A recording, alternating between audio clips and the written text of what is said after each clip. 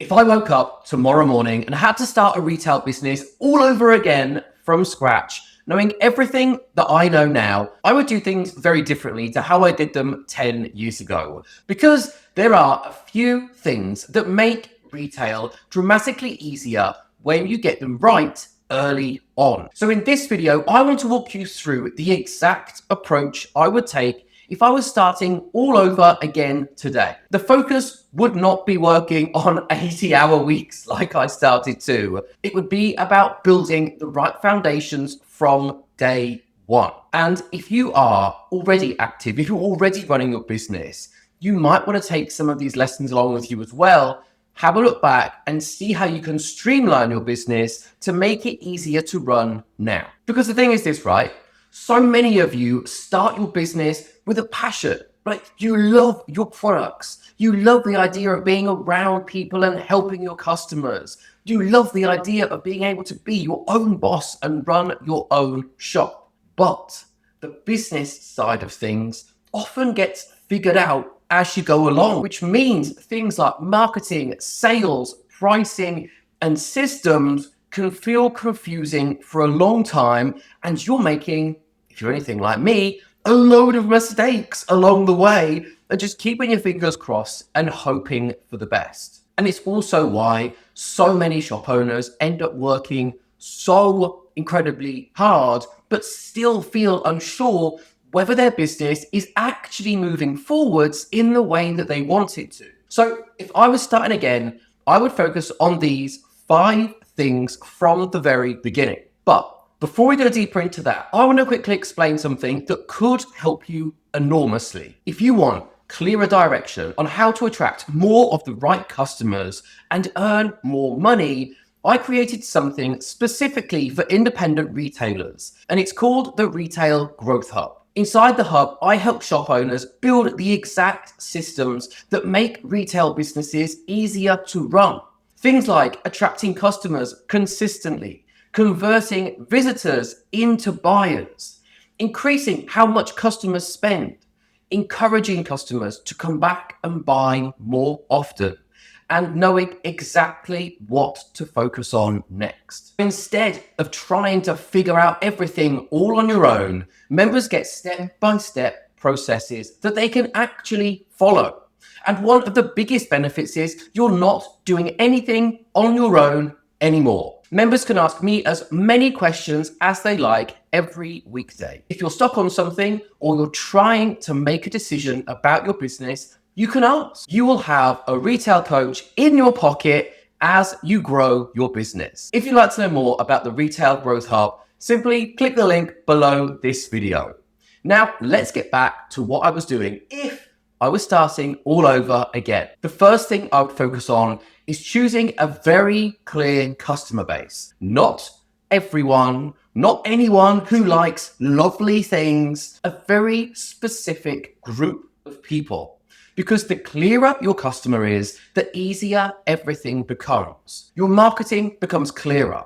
Your product choices become clearer. Your messaging becomes clearer. So for example, instead of saying, I sell gifts, you might say, I help people choose meaningful gifts for new mums. Or instead of saying, I run a clothing boutique, you might say, I help women over 40 find clothes that they feel confident wearing every single day. When your customer is clear, your shop becomes easier to understand.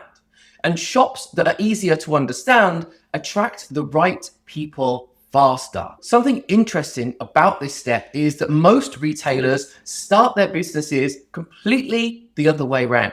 Most people start with the product first. They think, oh, I love candles, so I'll start a candle business. I love clothes, so I'll open a boutique. I enjoy homeware, so I'll sell home decor. And there isn't anything wrong with that per se. In fact, probably nearly all of you start your business this way.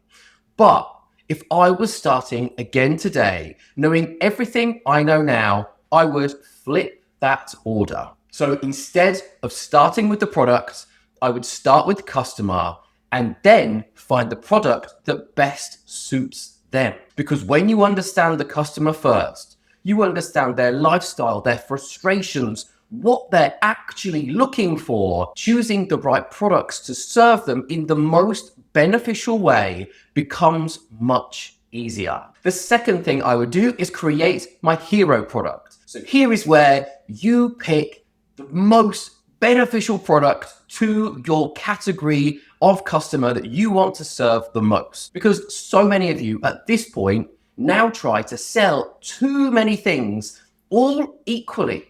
But the strongest businesses usually have something they become known for first. And that product becomes the reason why people visit your shop, the reason people talk about your shop, the reason people recommend your shop. It could be a specific candle, a best-selling dress, a signature gift bundle, a product that you create yourself.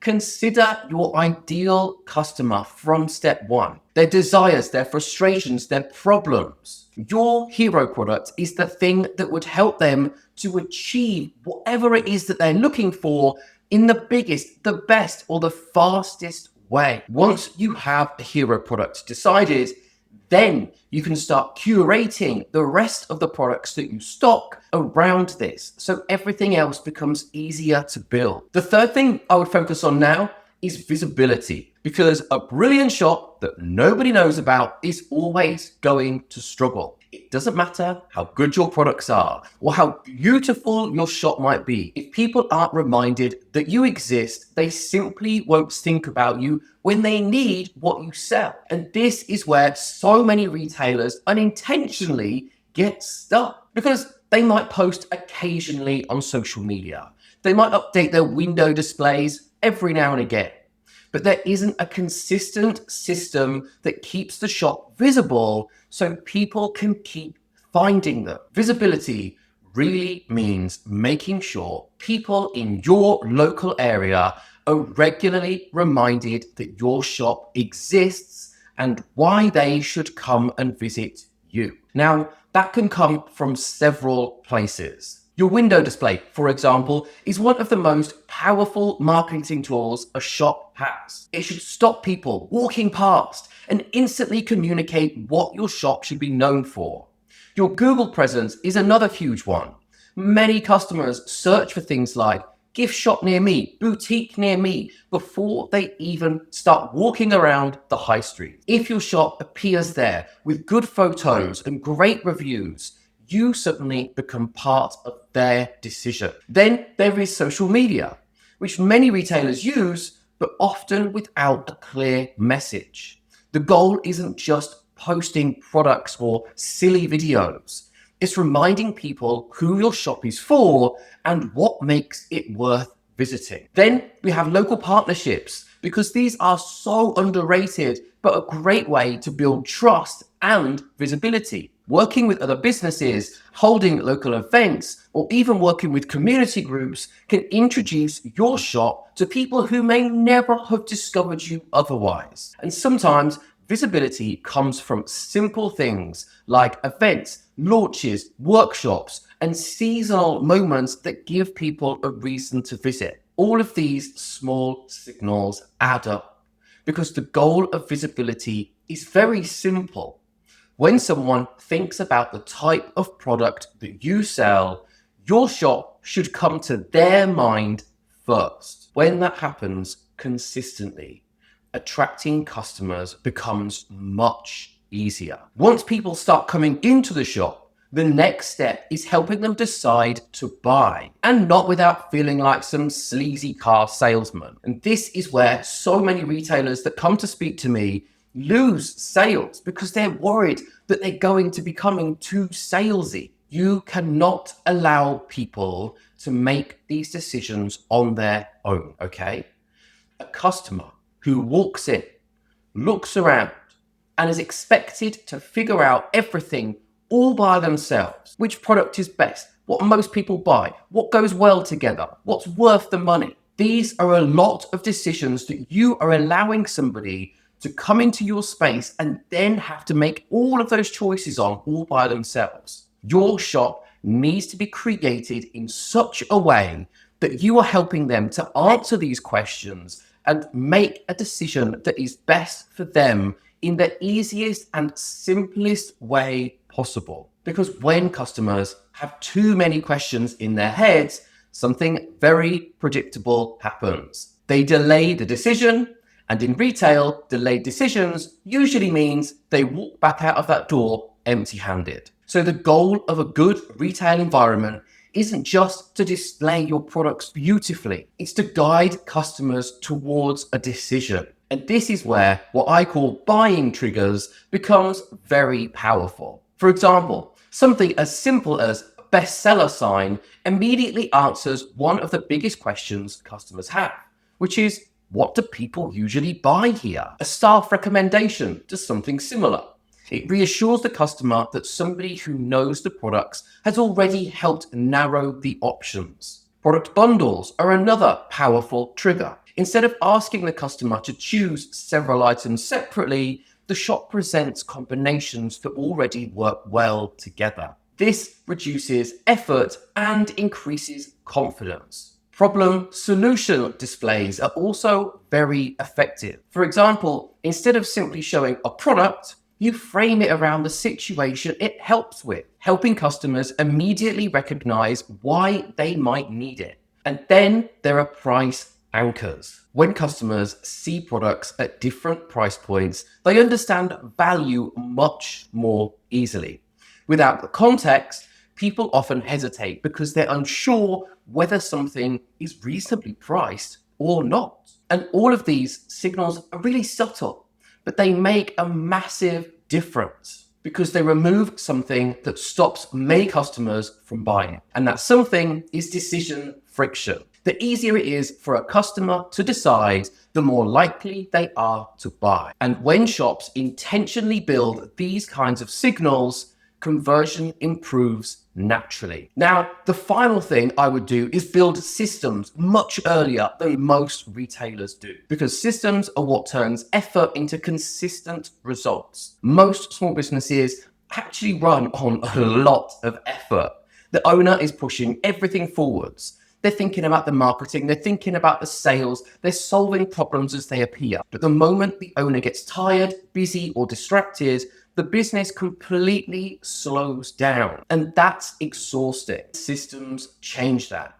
A system is simply a repeatable way of doing something that produces a result. And when these systems exist, something interesting happens. The business starts to feel more predictable. You understand what drives sales. You understand where customers come from. You understand what to focus on next. Without systems, everything depends on the owner constantly pushing the business forwards by themselves, which means the moment you step back, the business slows down. And that's when retail starts to feel messy. So if I was starting a retail business today, those 5 things I would focus on: a clear customer, a clear hero product, consistent visibility, buying triggers, and systems. Get those foundations right and retail becomes dramatically easier. And if you would like help building those foundations inside your shop, that's exactly what we do inside the Retail Growth Hub. You can learn more about it in the link below this video. And if you enjoyed this video, make sure you subscribe because I'll continue sharing practical strategies to help you grow your business stronger. Have a great day.